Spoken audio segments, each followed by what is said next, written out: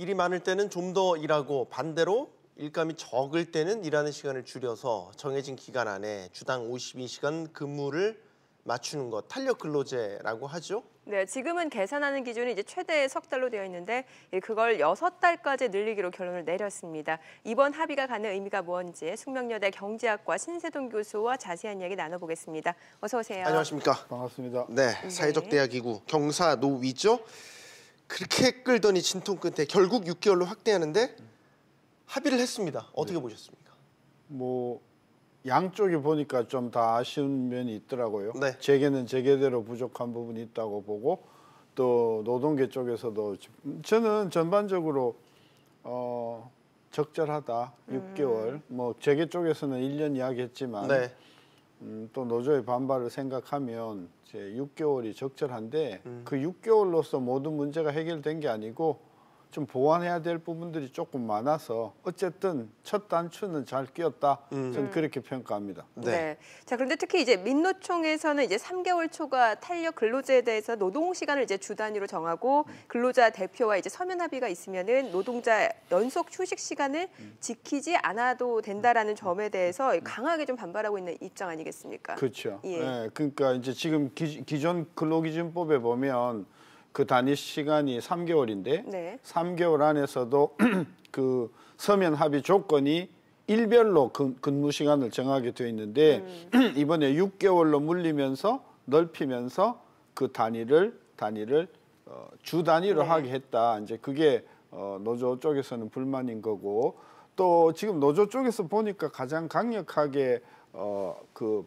거부하는 이유가 이제 바꾼 것으로 하면 일주일에 60시간씩 17주를 연속 일을 시킬 수가 있어요. 네. 60시간씩 17주. 근데 공식적인 상식선에서는 60시간씩 일주일에 일하면 보통 10주 넘어가면 굉장히 건강에 이제 영향을 준다고 보는 게 정설인데 이게 17주까지 가면 네. 건강권이 많이 손상이 되지 않는가 이제 이 부분이 민노총 쪽에서는 굉장히 반발하는 이유인 것 같은데 네. 저는 그런 부분에 대해서도 저는 보완이 필요하다는 게 뭐냐 하면 뭐 근로자들이 다 건강이 좋을 수는 없잖아요. 여러 가지 상황에 따라서 개별 근로자들이 건강 상태가 매우 특히 여성 같은 경우에는 안 좋을 때가 있잖아요. 그렇죠. 그런 경우에 개별적으로 근로자들의 어떤 특수한 상황에서는 비록 6개월로 단위 시간이 확장이 되었다 하더라도 근로 시간들의 그 어떤 그런 신축적으로 이렇게 적용할 수 있는 그런 재량권을 근로자들한테도 조금 주는 보완 조치가 좀 꼭 있으면 저는 근로자들의 어떤 그런 권익이 많이 보호될 수 있다고 보는 거죠. 네. 그렇군요. 노동계 반발도 그런 부분이 있는 것이고 또 경영계는 경영계 나름대로의 또 불만들이 뭐 선택적 네. 근로제가 채택 안 된 것, 뭐 이런 부분들에는 불만 제기하고 있으니까 전체적으로 논의 과정을 보면 정부 입장에서는 어떻게든 사회적 합의라는 첫 성과물을 내고 싶다라는 그런 강박관념으로도 비춰질 정도로 합의를 위한 합의 너무 이제 지나놓고 보니까요. 그런 식으로 되면서 본말이 전도된 거 아닌가라는 얘기도 나오고 있는 것 같고요. 어떻게 보십니까? 그러니까 이게 성공하려면은 아까 제가 첫 단추만 끼웠지 아직도 네네. 둘째, 셋째 단추 끼울 게 많다고 했잖아요. 네. 그 둘째, 셋째 단체가 뭐냐 하면은 노동자들이 근로자들이 요구하는 부분에 일면 일리가 있는 부분이 있단 말이에요. 네. 건강이 굉장히 손상이 될 수 있는 케이스가 있거든요. 네. 그런 케이스를 세세하게 이번에 국회에서 처리할 때 거기에 대한 어떤 그런 세부 조항을 마련해 줘야 되는 거고 또 재계 쪽에서는 업종에 따라서는 뭐 52시간이 아니라 40시간 가도 전혀 무리가 없는 그런 업종이 있는가 하면 네. 어떤 업종에 있어서는 6개월 가지고도 모자라는 업종이 있단 말이죠. 예. 따라서 케이스 바이 케이스로 신축적으로 6개월로 하더라도 어떤 특별한 경우에 대해서는 그걸 연장할 수 있는 어떤 그런 유동성과 그런 플렉시빌리티를 주는 것들이 이번에 근로기준법을 고칠 때 세세하게 들어가 줘야만 이 제도가 성공을 하지. 네. 지금 뭐 경사노위에서 제도 개선위원회에서 합의했다고 6개월로 연장하기로 했다고 해서 이 문제가 이제 일단은 첫 테이프를 끄는 것에 불과하기 때문에 네.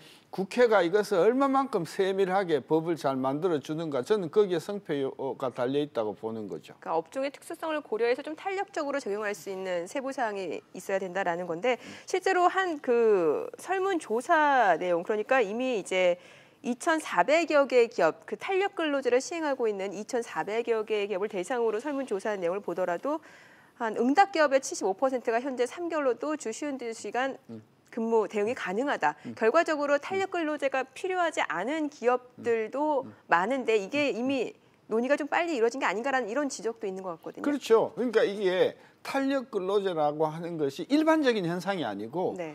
국지적이고 특수한 업종에 특수한 계절이나 시간에 적용되는 문제잖아요. 그러니까 이거를 일반적으로 생각할 것이 아니라 매우 특수한 경우에 매우 특수한 업종에 매우 특수한 시점에 이것이 발생하는 문제이므로 그런 어떤 특정한 업종이나 시간에 대해서 아주 탄력적이고 세세한 입법을 만들어줘야 이게 무리가 없는데 네. 그러지 못했고 지난 그 근로기준법이나 근로기준법 시행령을 보면 굉장히 애매모호한 부분이 많단 말이에요. 대표적인 네. 게요. 3개월로 단위 시간을 했을 때 반드시 임금 보전을 하라겠는데 네. 법에는 네. 네. 임금 보전에 대한 구체적인 어떤 그런 내용도 없고 형벌 조항도 없단 말이에요. 네. 있으나 마나한 법이 됐단 말이죠. 그러니까 이런 부분을 지금 이 노조 쪽에서는 이 부분을 좀 상세하게 좀 해주라. 근데 제가 이번에 합의 내용을 보니까 그 네. 부분에 있어서도 임금 보전이라든지 이런 할증 부분에 있어서도 원칙만 이제 세웠지 구체적인 내용이 없어서 이 부분은 국회에서 저는 아주 세밀하게 이 부분을 저는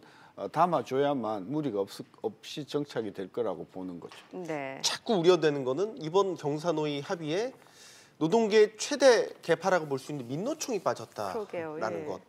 것이에요. 그러니까 뭐 지금 정부와의 노동계와의 관계도 더 껄끄러워질 수도 있겠다라는 생각도 들고 이번 합의가 반쪽 합의다라고 자꾸 폄하되는 이유도 거기에 있는 것 같고요. 근데 저는 문제를 이렇게 보죠. 지금 이제 전체 근로자 중에서 민노총하고 한노총에 가입된 부분이 뭐 넓게 잡아도 300만 안 되거든요. 네. 10%가 안 된단 말이에요. 그러면 문제는 그 기존 어떤 제도적인 노조에서 밖에 있는 부분들에 대한 그것이 중요한 거단 말이에요. 근데 우리나라는 마치 민노총과 한노총이 들어오면 모든 노동계를 대표하는 것 같이 생각하는 일부 정부에 있는 사람들이 그게 문제라는 것이죠. 그것 자체도 고정관념이다. 그것도 고정관념이죠. 그래서 민노총이 반대하면 뭐 대한민국의 노조가 다 반대한다? 저는 그건 아니라고 봐서 정부는 민노총이 됐든 한노총이 됐든 거기에 치우칠 것이 아니고 대다수에 말하자면 노조에 가입되지 않는 분들에 대한 이익을 같이 균형감 있게 반영하는 그런 것이 중요하다고 봐서 아까 그 지적 민노총이 빠졌으니까 절반의 어떤 그런 노조가 빠진 것이 아니냐 저는 그 부분은 동의하지 않으시나요? 그렇죠. 알겠습니다. 더 많은 제외된 더 많은 조직된 노조를 갖고 있지 않은 분들의 어떤 근로권이라든지 이런 부분에 대해서 우리가 또 공평하게 배려를 해줘야 된다는 차원에서는 네. 저는 민노총이 뭐 안 들어온다고 해서 너무 그렇게 신경 쓸 것은 저는 없다고 보는 거죠. 네. 앞으로 풀어나갈 노동 현안들이 굉장히 많습니다. 경사노위의 역할이 일단 뭐라고 보십니까? 일단은 경사노위가 국민의 얼마만큼 신뢰성을 받는가가 굉장히 중요해요. 저 네. 스스로도 지금 경사노위에 있는 많은 그 소위원회에 있는 분들이 과연 정말 국민을 대표하는가? 과연 이분들이 국가를 대표하는가? 이런 부분에 대해서 저는 의심이 가는 그런 어떤 요소가 많이 있다. 저는 그래서 경사노위가 제대로 서려고 하면 네. 정말 중립적이고 정말 국민의 신뢰를 받는 전문가들이 그쪽에 들어가는 것이 저는 굉장히 중요하고 그다음에 두 번째는 경사노위의 어떤 그런 안들이 아주 구체적으로 이게 백업이 되어서 국회로 전달이 되어야 국회에서 아주 세밀한 법을 만들 수 있다. 저는 그런 차원에서 대원칙만 넘겨주고 국회에 넘겨버리면 국회에서 만드는 법 자체가 굉장히 영성하거든요. 네. 굉장히 구멍이 많은 법들을 우리가 너무나 많이 봐왔잖아요. 저는 그래서 경사노위가 조금 더 전문성을 가지고